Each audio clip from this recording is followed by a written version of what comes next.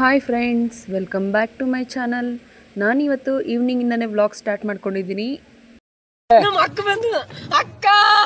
ಇವತ್ತು ಟೈಮ್ ಬಂದು 4:30 ಆಗಿದೆ. ಆದರೂ ಬಿಸಿಲು ಮಾತ್ರ ತುಂಬಾ ಸುಡ್ತಾ ಇದೆ. ನಮ್ಮೂರಲ್ಲಿ ಬಿಸಿಲು ಹೇಗಿದೆ ಅಪ್ಪ ಅಂದರೆ ಹೊರಗಡೆ ಬರೋದಕ್ಕೂ ಭಯ ಆಗ್ತಿದೆ, ಆ ರೀತಿ ಸುಡ್ತಿದೆ.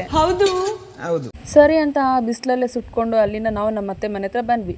ನಮ್ಮ ಅತ್ತೆ ಮನೆ ಹತ್ರ ಬಂದು ನಮ್ಮ ಹನಿ ಮಲ್ಕೊಂಡು ನಿದ್ದೆ ಮಾಡ್ತಿದ್ಲು. ಆದರೆ ಸುಮ್ಮನೆ ಇರೋದು ಯಾಕೆ ಅಂತ ಅವಳನ್ನು ಸ್ವಲ್ಪ ಹೊತ್ತು ರೇಗಿಸಿದ್ವಿ. ದೇವ್ರು ನಿಂಗೆ ಒಳ್ಳೇದು ಮಾಡ್ತದ, ನಿನ್ನ ಜನ್ಮಕ್ಕೆ ಹೋಗೋ. ಸರಿ ಅಂತ ಔಟ್ಸೈಡ್ ನಮಗೆ ಸ್ವಲ್ಪ ಕೆಲಸ ಇರೋದ್ರಿಂದ ಅಲ್ಲಿಂದ ಹೋಗೋಣ ಅಂತ ಹೊರಗಡೆ ಬಂದ್ವಿ. ಆದರೆ ಬೈಕಲ್ಲಿ ಹೋಗುವಾಗ ಹೀಗಿರೋ ನಮ್ಮ ಹನಿ ರಿಯಾಕ್ಷನ್ ಹೀಗಾಯಿತು. ಅಲ್ಲಿಂದ ಶಾಪ್ ಹತ್ರ ಸ್ವಲ್ಪ ಕೆಲಸ ಇರೋದ್ರಿಂದ ಅದನ್ನು ಮುಗಿಸ್ಕೊಂಡೆ. ಆದರೆ ನನ್ನ ಮುಖ ಯಾಕೋ ಇವತ್ತು ತುಂಬ ಗ್ಲೋಯಿಂಗ್ ಆಗಿ ಕಾಣಿಸ್ತಿತ್ತು. ಸರಿ ಅಂತ ಅಲ್ಲಿಂದ ನಾವು ಸಂತೆಗೆ ಹೋಗಿ ಸಂತೆ ಎಲ್ಲ ಮುಗಿಸ್ಕೊಂಡು ಅಲ್ಲಿಂದ ನಾವು ಹೊರಟಿದ್ದು ಶೋರೂಮ್ಗೆ. ಯಾವ ಶೋರೂಮ್ಗೆ ಅಂದರೆ ನಾವು ಹೋಗಿದ್ದು ಎಲೆಕ್ಟ್ರಾನಿಕ್ಸ್ ಶೋರೂಮ್ಗೆ. ಏನಕ್ಕೆ ಅಂದರೆ ನಾವು ಇವತ್ತೊಂದು ಫ್ರಿಡ್ಜ್ ತೊಗೊಬೇಕಾಗಿತ್ತು, ಅದಕ್ಕೆ ಹೋಗಿದ್ವಿ. ನಾವು ತುಂಬ ದಿನದಿಂದ ತೊಗೋಬೇಕು ಅಂತ ಅನ್ಕೊತಾ ಇದ್ವಿ, ಅದು ತಗೊಳ್ಳೋಂಥ ಟೈಮೇ ಬಂದಿರಲಿಲ್ಲ. ಆದರೆ ಇವತ್ತು ನೋಡ್ಕೊಂಬರೋಣ ಅಂತ ಹೋಗಿ ಫ್ರಿಡ್ಜ್ನ ಎತ್ತಾಕೊಂಡೇ ಬಂದುಬಿಟ್ವಿ. ಅಲ್ಲಿ ಮಾತ್ರ ತುಂಬಾ ಕಲರ್ಫುಲ್ ಮತ್ತು ಫ್ಲವರ್ ಡಿಸೈನ್ಸ್ ಆಗಿರೋವಂಥ ಡಿಸೈನ್ ಆಗಿರೋ ಫ್ರಿಡ್ಜ್ ಇತ್ತು. ಆದರೆ ಅದರಲ್ಲಿರೋಂಥ ಯಾವುದೇ ಫ್ರಿಡ್ಜ್ ಕೂಡ ನನಗೆ ಇಷ್ಟ ಆಗಲಿಲ್ಲ.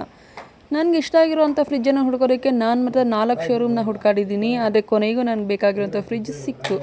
ಅದು ಯಾವುದು ಏನು ಅಂತ ನಾನು ನೆಕ್ಸ್ಟ್ ತೋರಿಸ್ತೀನಿ ನಿಮಗೆ. ನನಗಂತೂ ಎಲ್ಲ ಕಡೆ ಓಡಾಡಿ ಸಾಕಾಗೋಗಿತ್ತು. ನನ್ನ ಬ್ರೈನ್ ಅಂತೂ ಹೆಂಗಾಗೋಗಿತ್ತು ಅಂದರೆ ಡಿಪ್ರೆಷನ್. ಅಂತೂ ಇಂತೂ ಫೈನಲ್ ಆಗಿ ಫ್ರಿಡ್ಜ್ ಮನೆಗೆ ಡೆಲಿವರಿ ಆಯಿತು. ನೋಡಿ, ಇದೇ ನಾನು ತೊಗೊಂಡಿರೋಂಥ ಫ್ರಿಡ್ಜ್. ತುಂಬಾ ಡಿಫ್ರೆಂಟ್ ಆಗಿ ಇದೆ. ಇದು ಬಂದು ನನಗೆ ತುಂಬಾ ಇಷ್ಟ ಆಯಿತು. ಆದರೆ ನಿಮಗಿದು ಹೇಗೆ ಅನ್ನಿಸ್ತಿದೆ ಅಂತ ಕಾಮೆಂಟ್ ಸೆಕ್ಷನಲ್ಲಿ ತಿಳಿಸಿ ಅಂತ ಹೇಳ್ತಾ ಈ ವ್ಲಾಗನ್ನು ನಾನು ಇಲ್ಲಿಗೆ ಎಂಡ್ ಮಾಡ್ತಾ ಇದ್ದೀನಿ. ಈ ವ್ಲಾಗ್ ನಿಮಗೆಲ್ಲ ಇಷ್ಟ ಆಗಿದ್ರೆ ಲೈಕ್ ಮಾಡಿ, ಶೇರ್ ಮಾಡಿ, ಸಬ್ಸ್ಕ್ರೈಬ್ ಮಾಡಿ. ನನ್ನ ಯೂಟ್ಯೂಬ್ ಚಾನಲ್ ಲಿಂಕ್ ಬಂದು ನನ್ನ ಬಯೋದಲ್ಲಿದೆ. ಟೈಮ್ ಇದ್ದರೆ ಒಂದು ಸಲ ಚೆಕ್ ಮಾಡಿ ಅಂತ ಹೇಳ್ತೀನಿ. ಅಷ್ಟೇ.